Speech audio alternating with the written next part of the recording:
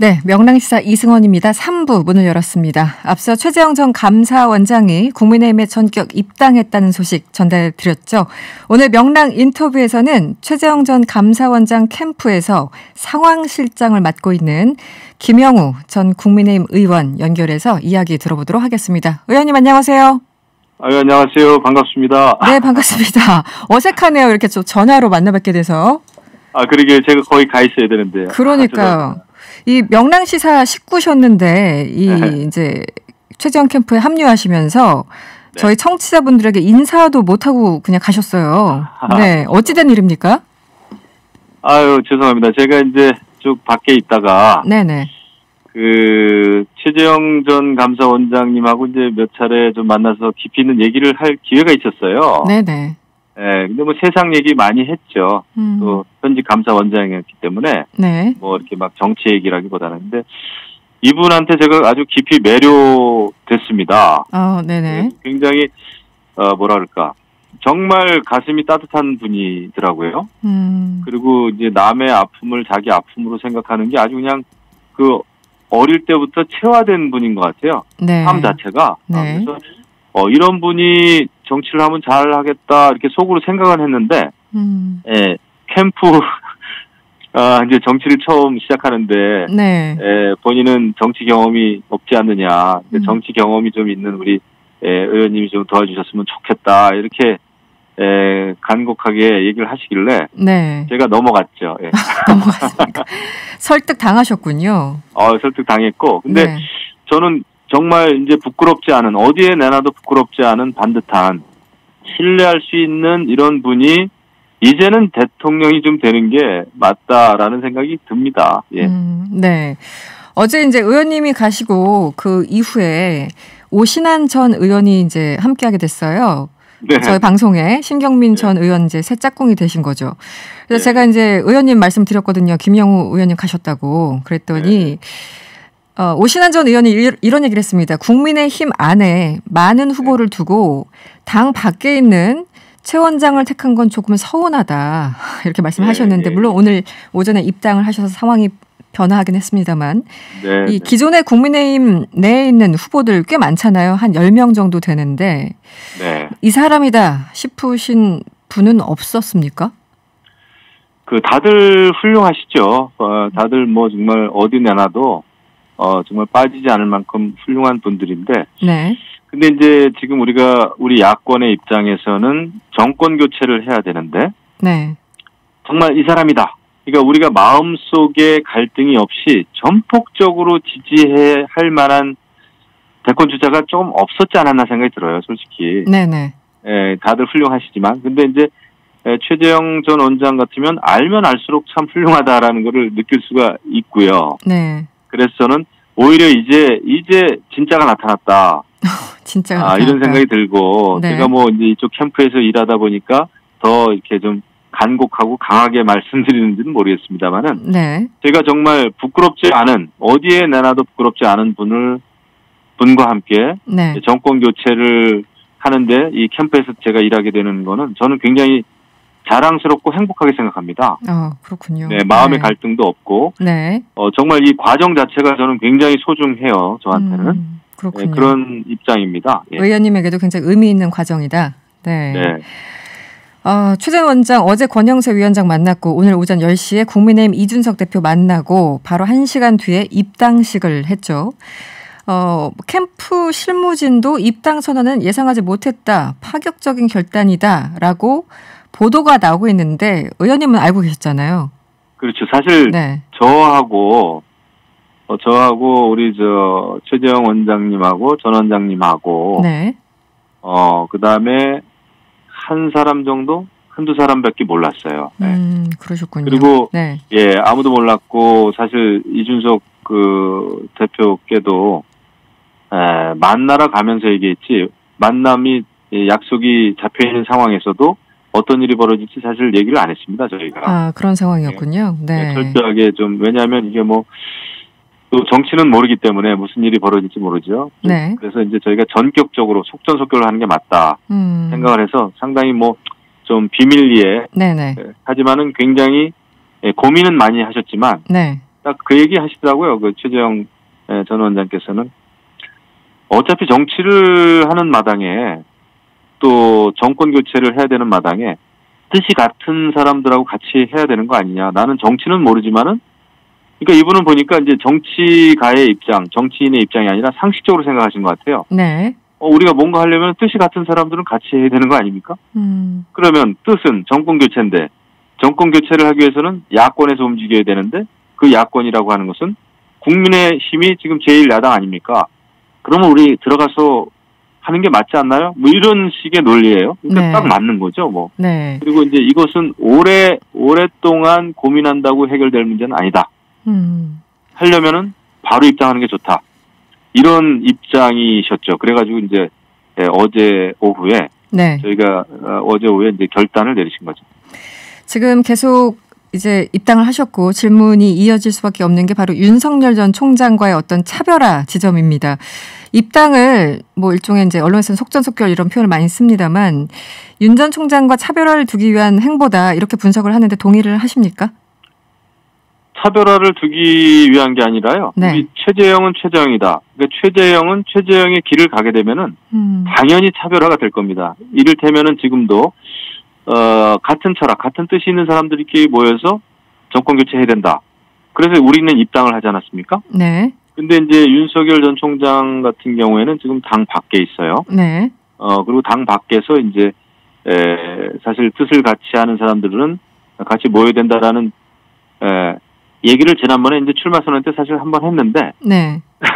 네네. 국민의힘의 철학과도 거의 같다라고 그런 발언도 한 걸로 제가 기억을 하는데, 아직 네. 국민의힘에 이제 입당은 안 하고 계시죠. 그렇죠. 네. 그런 면에 봤을 좀 그런 게 차별하다. 그러니까 생각하면은 이런 거를 실행에 바로 옮길 수 있는 그런 결단, 이런 거는 온유하게 보입니다만은 속이 굉장히 단단한 원칙이 있는 그런 그 최재형 많이 할 수 있는 일이다 이런 생각이 들어서 네. 저는 그런 점이 마음에 듭니다. 그래서 최재형은 결국 윤석열 전 총장과는 다른 길을 가고 있는 게 아닌가 이런 생각이 듭니다. 그 이제 윤석열 전 총장 얘기하면서 최재형 감사원장도 그러니까 뭔가 이미지가 겹친다라는 얘기도 있었고 윤 전 총장 그 뭐 플랜 B다 이런 얘기도 있었고 여러 가지 이제 수사가 따라 붙었었는데요. 지난 10일 지면 인터뷰에서 윤 전 총장이 이런 얘기를 했었죠. 정권 교체를 확실하게 할 수 있는 방안이라면 최 전 원장과 단일화를 포함해서 어떤 결단도 내리겠다 이렇게 발언한 적이 있었는데 캠프에서는 윤 전 총장의 발언 어떻게 보고 계십니까? 이제는 뭐 물 건너갔죠. 우리는 입당을 했고 네. 국민의힘 당원입니다.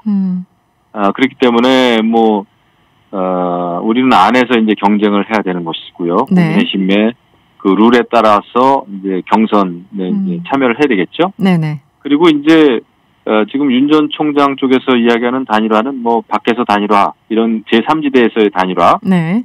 그 다음에 이제 나중에 최종적으로 국민의힘 후보와의 최종적인 단일화 이런 거를 생각하는 것 같은데 저희는 그거 그렇게 바람직하다고 생각을 안 합니다. 네. 이제 최재현 전 감사원장도 우리는 정도를 가야 된다. 이쪽에서 토너먼트를 다 거쳐야 되는데 네. 나중에 결승전에 나타나서 결승전만 치르겠다고 하는 것은 그건 좀 요행수다. 그것은 부전승을 바라는 거다. 네. 스포츠 경기로 치면은 네. 그런 것은 옳지 않다. 그리고 우리는 꽃가마 탈 생각 없다. 그리고 우리는 유불리를 떠나서 당 내에서 경선에 참여한다.